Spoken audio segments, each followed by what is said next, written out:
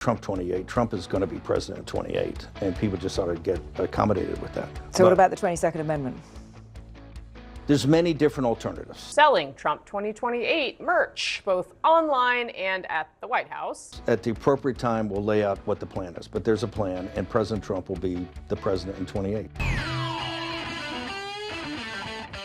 I have a CNN panel lined up for us to look at, with them discussing this ever-present question of a possible Trump term 3, with close ally Steve Bannon saying there is indeed a plan to make this happen, and Trump again stoking the fires of it. If you can, leave us a like on the video. It helps us out a ton. We're trying to get to 30,000 subscribers, and let's just get right to it. He's going to get a third term. So Trump 28. Trump is going to be president in 28, and people just ought to get accommodated with that. So what about the 22nd Amendment?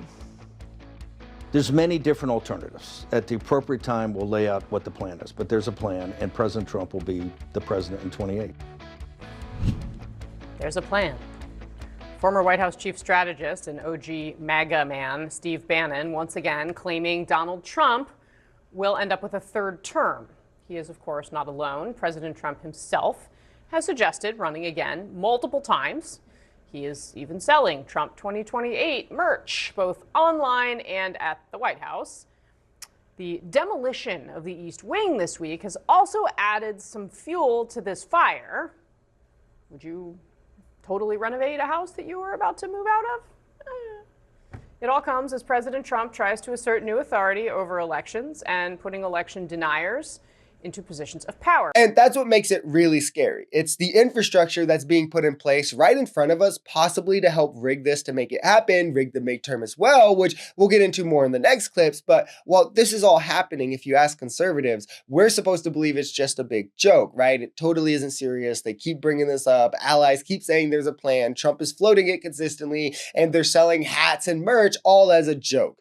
Where I think ultimately Trump will search out all means he can to possibly make this happen. If he feels he can without much backlash, he will. I think his health also plays a large part in it. Obviously, if he's cognitively disonanced or whatever, they're not going to let him run again. He has no respect for our democratic norms or constitutions, though. So like our constitution, the idea that that's going to be what stops him is completely fantasy. This doesn't come out of a vacuum. I mean, this was a president who tried to launch an insurrection on January 6th. This is a president who's still trying to litigate the 2020 election. This is a president who is putting people in positions of power that has to do with our next election too, that are election deniers. I mean, there is a lot of, there are many things that could lead one to believe that it is not beyond the realm of possibility. We wouldn't be saying this if this were Biden. We wouldn't be saying this if this were Obama. It wouldn't even be a subject of discussion. Using the National Guard in ways that could, you know, well, and be speaking helpful of in 2026 midterms.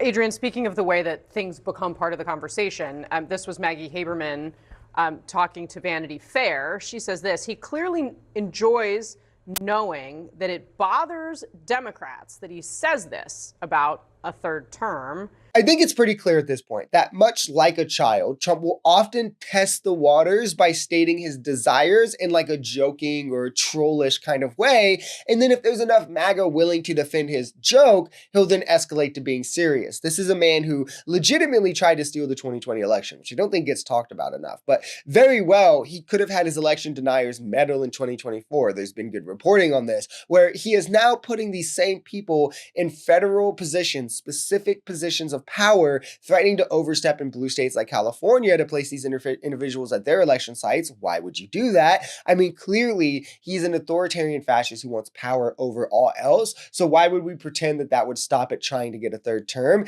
And if he feels like he can, I think we all should be worried that he will. People, especially a lot of the MAGA Republicans, like to sort of laugh it off and call us snowflakes and say that we're, you know, it's a joke and we're taking it too seriously.